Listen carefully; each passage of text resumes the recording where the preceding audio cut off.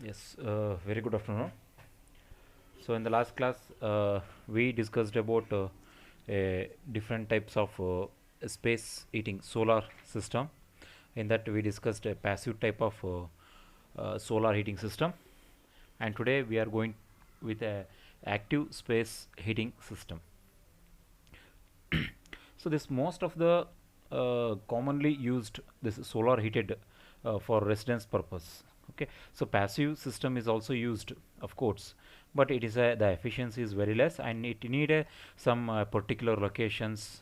Okay, particular location as well as facing, and there is no disturbance. Everything we needed for a passive type of solar heating system. But in the active type of space heating system, okay, so we can easily install wherever we want. We can easily install, and also we can use for any industrial purpose as well as house residence purpose. Also, we can use this type of active space heating system. And here it have a separate collectors, and it is used together to a solar radiations a collector system, and through that we use a water or an air. Either we can use a water or a air, and we can store heat in a storage tank with a water or an rock covered storage system, or whatever it may be. We used that type of system for storage. Okay, and the water and the air is circulated by a pump or a fans. We can use either pump or a fan. Through that the water or air will circulate, and conventional means of used to distribute the heat in the interior of the residence. And here, so if you come to the general principle of this active space heating system, okay, it have some main components. I told the passive and active systems are different, are distinguished because of this component. In the active system we are using some components, some mechanical devices, but in the passive we won't use any mechanical type of devices. Okay, so here some of the devices, some of the three components are along with the pump and blower. So along with the pump and the blower, okay, we use some three important components. Are one is the solar radiation collector, the solar radiation collector, so in which we are going to collect the solar rays, okay, from the sun, and it is associated with the heat transfer fluid. Means along with the solar radiation collector we are using some of the heat transportation fluid. It may be water or it may be air. Okay, and second important component is heat storage medium. Heat storage medium means whatever the heat is we collected from the sun, that heat has to be stored. Okay, so for that we need a one medium, that is heat storage medium. And the third one is distribution system. Means we have to distribute that heat to the space. Means wherever we want to heat, whether the room or a building, okay, wherever we want to heat, we can distribute that heat to the particular space. That is what we needed, a distribution system. So these are the three components we needed for this active space heating system.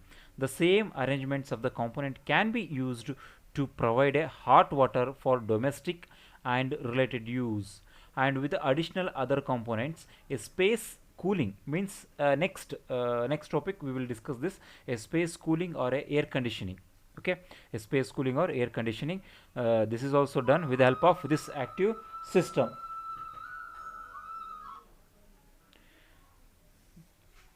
And the heat transport fluid, which removes the heat and carries with a heat storage system, and that can be withdraw from the storage and distribute throughout the building. And so these are the, along with these three components, we go with some uh, different types of active space heating systems. Are this is the one, a basic hot water system.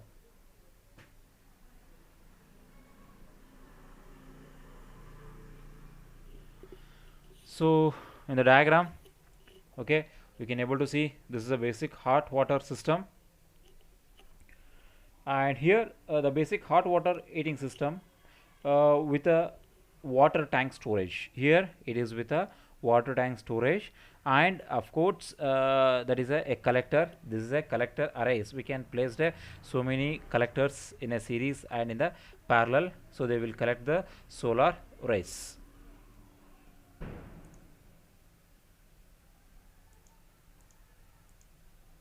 Okay, so this is a solar collector arrays. Okay, and along with a water storage tank, the construction of this basic hot water system is a solar collector which collects the solar rays, and second, water tank, hot water tank storage unit, and third one is pump, and a three-way walls we needed, and auxiliaries for the building heating, means distribution system. And from the building, okay, from the building, cold air or a cold water again we withdrawn from the pump, and again it may used to heat with the help of these collectors. So these are the components which are there in the basic hot water system. Okay, and heat is transferred to the hot water in the storage tank, commonly located in the basement of the building. Okay, so this hot water tank storage unit commonly placed or located basement of the building, means in the a building is there, so the basement of the building we placed this hot water storage tank. Okay, and the solar heated water from the tank which is passes through the auxiliary heater, means from the tank we take that water, hot water, through the auxiliaries, which comes automatically when the water temperature falls below the prescribed level. Okay, and for spacing heating, the water may be pumped through a radiators, or it may be used to heat the air in a water heater exchange we can also used. Okay, so this is a common principle here. Whatever the sun rays which are from the sun falling onto the collectors, and in the collector we used some observer, and beneath the observer there is a tube. The tubes will carries whatever the fluid, okay, we are using, and that fluid will absorb the heat, and next by absorbing the heat it is become an high temperature, and that high temperature water or fluid, next it is enter into the water tank storage unit. So here water tank storage unit, the hot water is stored. Clear? And next this hot water, next when it is a temperature more than the prescribed temperature, then it will start moving into the next section, that is what, auxiliary. And with the help of this auxiliary section there is a distributing systems are available, and with the help of this distributing system that will supply to the building. So here there is a building, okay, so that building this hot water will supply, and this hot water or maybe there is a heat exchanger, that where heat exchanger there is an interaction of this hot water and the room air or whatever the fluid. Okay, so that will exchange the heat to that fluid, and that fluid will again back into the building. There is a one way of method, or another way, directly this through the auxiliaries we supply this hot water. Okay, and once the temperature of this room or building is raised a prescribed temperature, then the system will stops. Okay, and there is a three-way wall, that three-way wall will operates, and this three-way wall will closed, and next that hot water supply is again back to the again back into the this storage unit. Okay, and next again there is an the temperature is below that, again this wall will open, and again it will continuously supply the hot water, okay, to cool the to heat the building. And again we use this pump, okay, from the pump we draw that the cold water, again that cold water drawn and again pump into the collectors, where again it will collect the solar rays and it will get heated. This is a continuous cycle. So the heat transport media is an antifreeze solution. This whatever the solution we are using, it's an antifreeze solution, and then there is a closed circuit of it, and with the heat exchanger, the coil in the storage tank. Okay, and this type of system maybe we can use in the side by, we can observe there is another figure. Okay, so here also same thing, the collector and the water storage tank. And this water storage tank, and this tank is with there's a two types. Okay, it is with the coils. Okay, here there is a collector, and the collector, there is an one media, is one fluid or one substance is we are using, and the substance will absorb solar rays heat, and it will get high temperature, and it is moving into the solar tank. Okay, and here in the solar tank, this tank, okay, it is made with in such a way that here this tank, okay, inside the tank within two coils, and this coil, one coil is directly connected with the collectors and the pump. Okay, where the fluid is flowing with a high temperature, and in the another side of tank there is a cold water service. Okay, and there is a hot water distribution system. So here from the collector, okay, so this coil will have a high temperature, and this high temperature will dissipate, or it will flowing into the cold water. Okay, so in this way it will exchange the heat, and this tank is also called as a heat exchanger, where the heat is exchanged from this fluid to the water, and water will absorb the heat from the collector fluid, and then it become a high temperature, and it is into the hot water distribution system, where it will distribute to the surroundings or a space or a building. It's a one way. And another way, again, it will here this is again in turn, these surrounded by an hot water, these coils, and that hot water or an hot air. Okay, so that is surrounded by these coils. Again, it will absorb the heat, and it is by the wall, okay, bypass walls, and here the auxiliary heaters and distribution systems, and there is a pump and return distribution. So this systems where we can use means where there is a cloudy days, where the sun is not available. So in that type we need an artificial heating systems, because the sun is not available means there is no heating from the collectors. So collectors we won't get any heat, so that we need a hot water for the building. Okay, so that has to continuously we have to supply. So for that we have to artificially use these heaters, auxiliary heaters. With the help of this auxiliary heaters we can artificially heat this, and we can supply the hot water. Come to the advantages of this system. In this type of systems, okay, the hot heating is a common heat transfer and storage media, and water is used, and this avoids the temperature drops during the transfer of energy into the building and out of the building. Means here we are using water as a media, so that this water will avoids the temperature loss. Okay, and this avoids the temperature across the transfer of the heat, means from the cooling to the heating system, or from the heating to the cooling system, there is a temperature transfer, and this temperature transfer from the fluid to the water. Okay, so if you use water, it avoids the heat loss. That is a one advantage. Second, it requires relatively a smaller storage volume when compared to the air. It requires very small storage volume. If you use air, it need a very large storage volume. That is another advantage. It can be next advantage, it can be easily adapt to supply energy to the absorption air conditioning. Yes, this point we will discuss in the later. Okay, there is a separate application of vapor absorption air conditioning system. In that we will discuss. It is another advantage. If you use this system can easily use for absorption air conditioning system. That is another advantage. Relatively low energy requirements for pumping and heat transfer fluid, because we are using a water, so that it need a very low pumping when compared to the air. Air it need a very large pumping, but here it need a very low pumping. And of course it have some few disadvantages, like a solar water heating system will probably operate at a lower water temperature.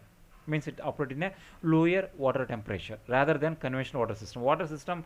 Conventional means if you use with a gas, or if you use with the electric, it is always operating in a higher temperature. But if you go with the solar, always efficiency is less, so that it is operating in a low temperature. That is a one drawback. And another drawback, water heater maybe also operate at an excessive high temperature. Means in a particular days where the sun is very high sunny days, okay, very high radiations on that, it will the heat generation is very high, and also there is a very high temperature of heat, okay. So in that situation it must provide to remove energy and avoid boiling. Means if you go with very high temperature, the water may get boiled, okay. If it is boiled, it will change the phase. So to avoid that one, we have to operate very particularly or very constantly. We have to take care of that. And collector storage as to design overheating during the period of no energy level. Means in the some of the cases there is no energy. Means in the night time or in the cloudy days or in the rainy days there is no energy. So the collector storage has to designed, means that tank must be designed in such a way that, okay, the that heating, okay, it will avoid the overheating, and it will provide the heating where the less radiations are available. So that design has to be made for the tank. And care has to be taken to avoid the corrosion problem, because water we are using, so that we have to take care of the corrosion. Otherwise, because we are using pumps, we are using coils, we are using tubes, okay, they may easily get corrosion. So that has to we take care. So these are the some few drawbacks, okay. With this it's a water heating system. These are a active type of water heating systems. Active means there is a passive and active. Active means it is with a pump, it is with the auxiliaries, okay, it is with some valves. This is what difference with the active and the passive. And second one is a basic hot air system. So previous one is water system, here air system, okay. So this in the figure, in the diagram, you can able to see. So this is what the representation of hot air heating system, okay. Here the system, the storage media, this storage media, okay, here what we are using storage media, it is with a rock storage, okay. And in this storage unit, air is the a fluid used to, while the air is the fluid used to transport energy from a collector to the storage, and it is to the building by adjusting the damper at the heated air from the collector can be divided between a rock storage and the distribution storage system, okay. Here we are using this fluid as well as, okay. So in the previous we are using water, but here we are using air. That's why it is become a basic air or water system. So the same setup, the collector arrays where collect the solar rays, okay. And instead of fluid we are using air, so that air will absorb the heat and it is become high temperature heat, then into the damper, okay. So damper will adjust the flow rate of the air, okay. Next it will send into the a rock storage, where we are using a sedimentary of rocks just to store the heat, clear. And another way is connected with the auxiliary heater and the distribution system, where we can distribute this hot air to the room has to be heated or the building has to be heated. So again there is a three-way valves, okay. If the temperature is reaches required temperature, then the supply has to cut, and again it will bypass and again into the rock storage system, back to the rock storage system. It's a one way. Next from the blower, and whatever the space or a building is there, that it reaches the below temperature, and that cool air or a room air has to driven back from the blower through the three-way valve, again into the damper, again into the blower, again into the collector. It will reaches the collector and it will gain the heat, again it will into the damper to the rock storage and to the distribution system. This is what the a continuous, it is a continuous cycle, clear, where it will heat, and once it reaches the required temperature it will stop, and below temperature again it will start heating, and it will drawn back that air into the collectors to heat that air. And come to the advantages and disadvantages. Again, the first advantage is there is no problem with the freezing in the collector, because if you use water there is a freezing problem, but here we are using a air, so there is a no problem of freezing, so air won't freeze. Okay, next is corrosion problems are minimized, because we are using a air, we are not using an water, so water means moisture, there is a corrosion problem, but here we are using air, so the corrosion problem is less. Of course there is a corrosion problem, but it is less when compared to the water. And conventional control equipments for air heating is already available and can be readily used. Okay, so conventional control equipment means we have to control the airflow, okay, air temperature, everything, so there is a control equipments, they are readily available and those we can easily used. And problems for designing of overheating, here there is a less chances of overheating. In the water there is a chance of overheating and it become a gaseous, but already water is a gaseous, so there is a no problem of overheating. And the work fluid is air, and warm air heating systems are in a common use. So here the fluid is a air, so that warm air heating is a common use we are using. And of course it's have some few drawbacks, like a relatively higher power cost. It have a higher power cost when compared to the water, because it need a very high pumping. First drawback. Relatively large volume, because when compared to the water it is have a large volume, because the density is very less, it need a large volume. Water density is compared to air is more, so less volume, but here it is a more volume, density is less, so it need a large volume, so large storage unit. That is a drawback. Difficulty of adding absorption air conditioning system. So this system, it is difficult to add this air heating system to the water absorption absorption air conditioning system. So for air conditioning system, water heating is the best one. Okay, so these are the few drawbacks of air heating system. It is called a cooling. It is called as a space cooling system, or a solar cooling of building. Okay, so this space cooling, so far we discussed space heating or a solar heating of building. That is what we discussed. So solar heating means we solar rays, we got the heat, and the heat directly we can use for cooling system, heating system. Whatever the rays we are from the sun, it have a high temperature, that high temperature directly used for building heating purpose directly. Okay, but for the space cooling we need a different mechanism. The space cooling and space heating is a different. Space heating means directly if you allow solar rays enter into your house, that itself become a natural or passive space heating. Okay, with the help of some devices it become an active heating system, but that is a different from space cooling system. Okay, so cooling means reducing the room temperature below that of surroundings. Clear? So heating means we already know that temperature or heat always flowing from higher to lower. It is always flowing from naturally higher to lower.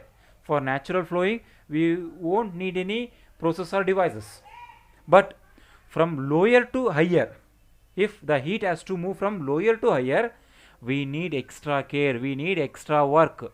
Okay, or we need extra some devices or extra processes. Through that only we can able to move heat from lower temperature to higher temperature, because in nature always heat is flowing from higher to lower. Is it correct? Or water is always flowing from higher end to lower end. If you want to move from water from your bottom basement to your terrace, okay, we have to use pump. Without pump water cannot move from the basement to the floor, but from the floor to basement without any pump water easily move. Correct?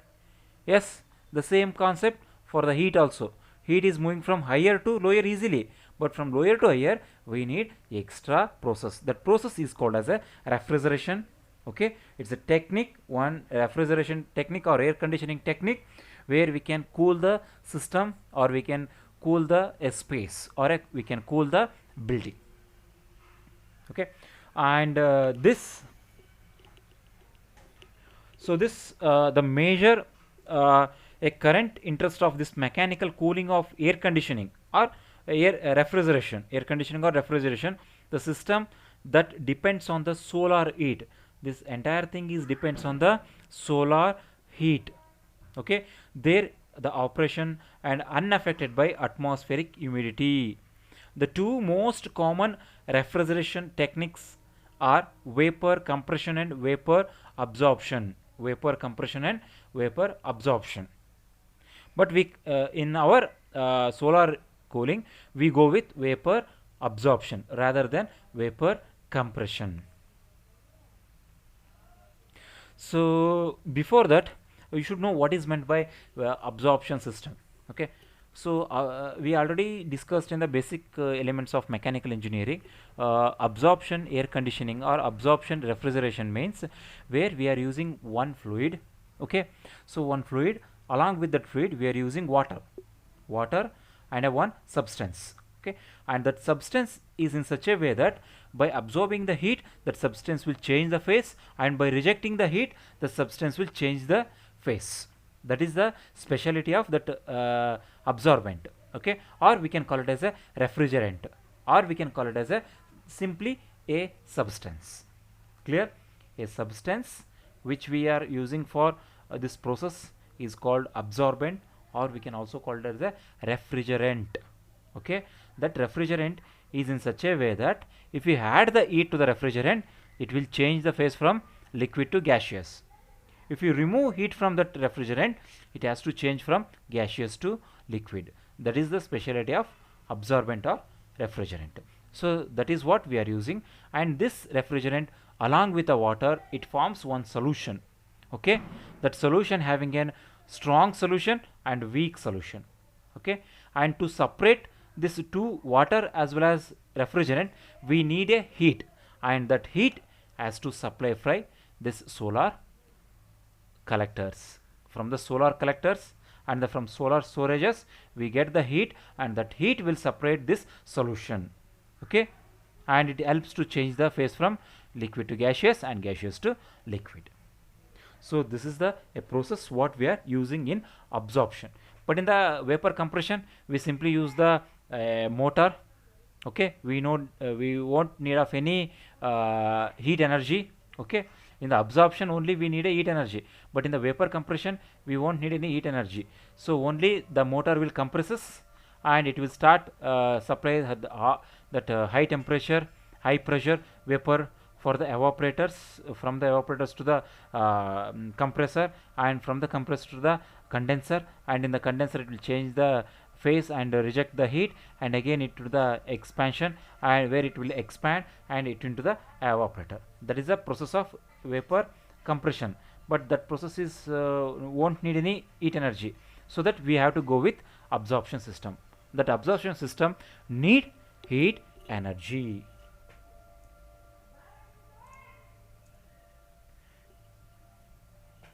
Okay, and this the two approaches has been a solar operations of absorption cooler. The first one is a continuous cooler, which is a construction and operations that similar to the conventional vapor absorption refrigerant system. The solar collector stores supplies energy to the generator, and where solar energy is available, and it will generates the energy, and that energy will drive this vapor compression system. Okay, and the second approach is used to intermediate coolers, where it intermediate in the operation the operator during the period where the solar energy is available, and intermediate cooler has not been used for air conditioning nor have been studied in the sufficient for this approach application in the air conditioning. So only we go with this continuous one. The two type of absorption air conditioners are available. The first one is in the market, the lithium bromide water. The first one is lithium bromide water, LiBr H2O system. And the second common one is called ammonia plus water.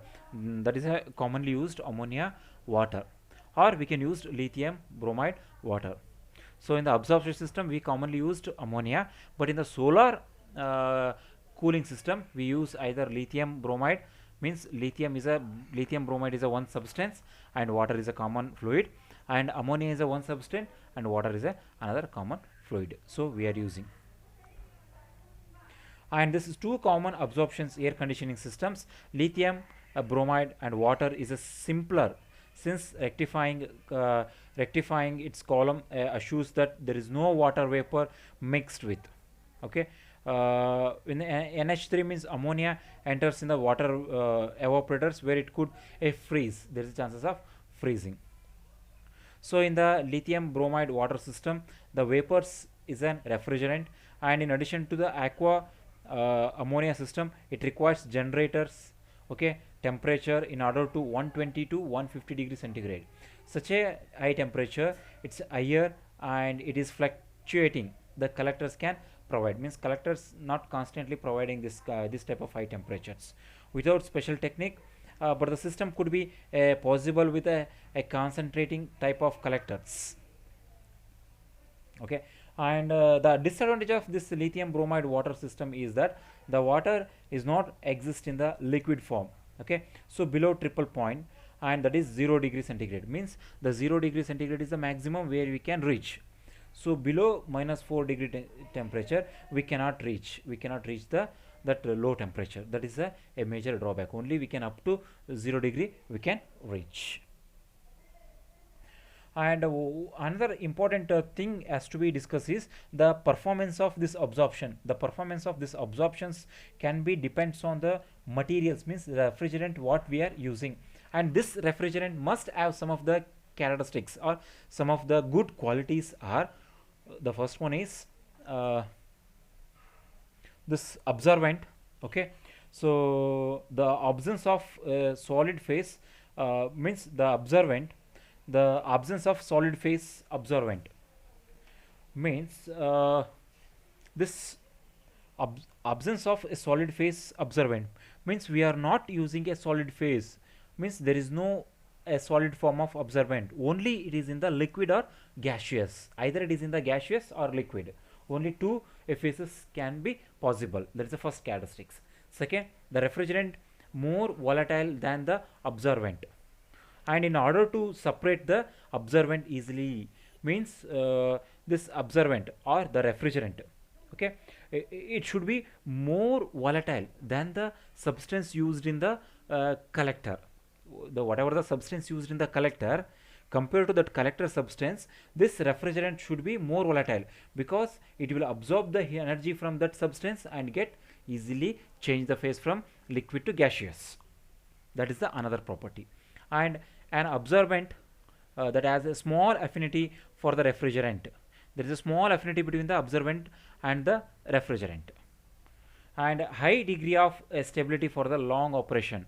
This absorbent and the refrigerant should have a high stability. It should maintain its chemical and mechanical property throughout some n number of cycles. And the refrigerant that has a large latent heat, means with a small change in the phase it will absorb large amount of heat. That is what latent heat. It will change the phase by absorbing heat. Okay, that is the latent heat of evaporation. And the low corrosion rate, and this refrigerant should be low corrosion. It won't affect our coils, and also non-toxic, non-flammable, and that's why we prefer with these two type of refrigerants. Okay, and in that first one is LiBr H2O, that is a lithium boride water system, and the schematic diagram it is represents. Okay, so here this is what the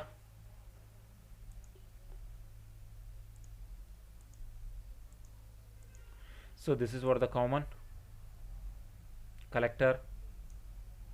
From the sun rays, the collector will absorb the solar energy, and that will transfer into the fluid what we are using in this system. Okay, it is an closed cycle.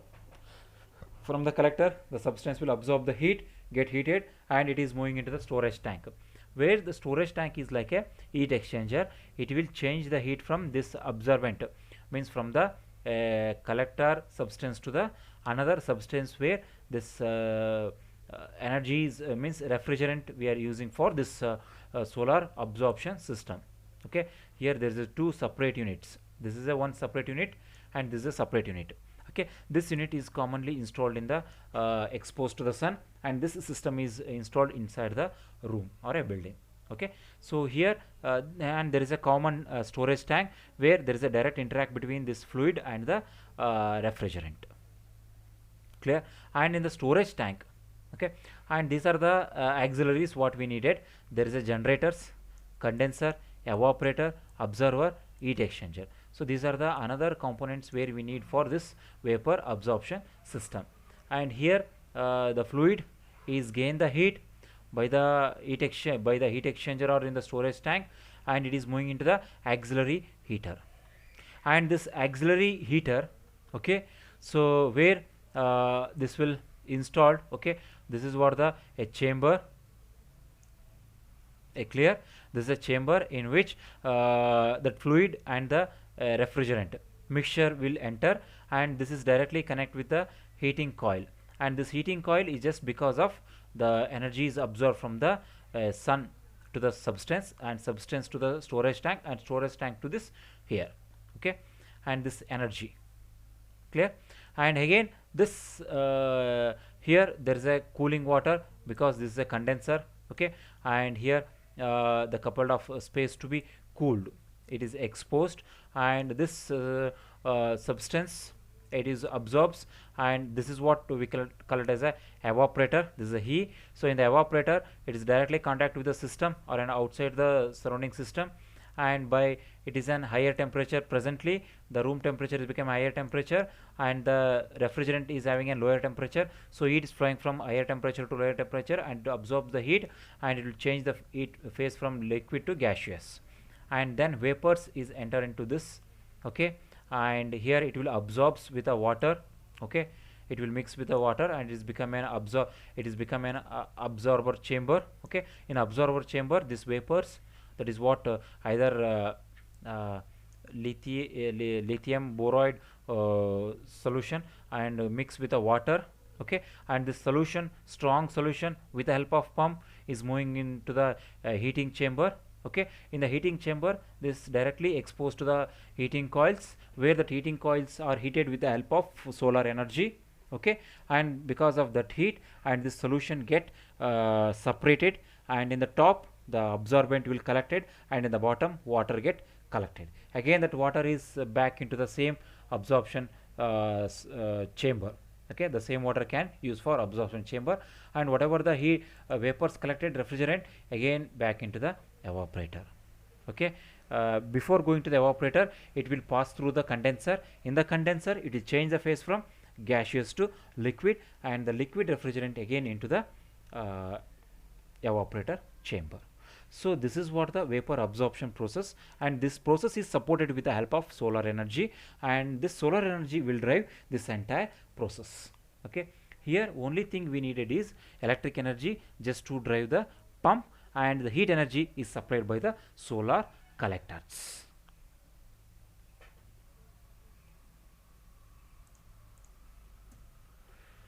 And another type of uh, absorption system is NH3 H2O. So NH3 H2O is the same like an lithium boride water system, but here only thing is instead of lithium boride we are using ammonia. Ammonia as a substance. Okay, this ammonia is having some of the advantages. It has some advantages when compared to the COP. COP means coefficient of performance. This performance is the heat exchanger used to sensible heat and just to improve the performance in case of lithium boride. Okay, but here the coefficient of performance is less when compared to the previous one. Okay, and this temperature is ranges 125 to 175 degrees centigrade. And the same diagram, okay, the same system we can use for ammonia water coolers.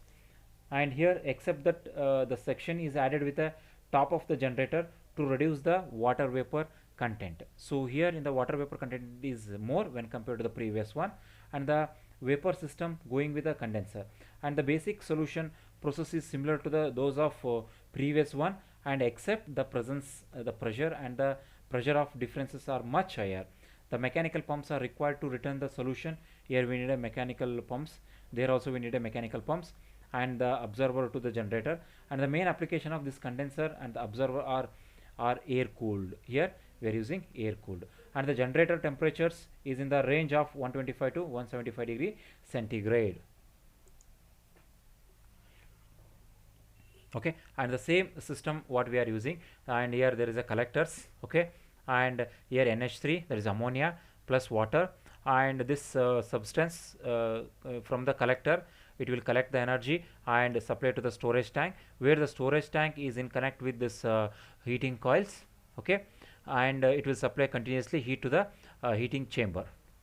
And here ammonia we are using, and that ammonia, it is in the liquid when it is enters into the evaporator, where it will get heat and change the phase from liquid to gaseous, and it will enter into the cooling, where absorption section.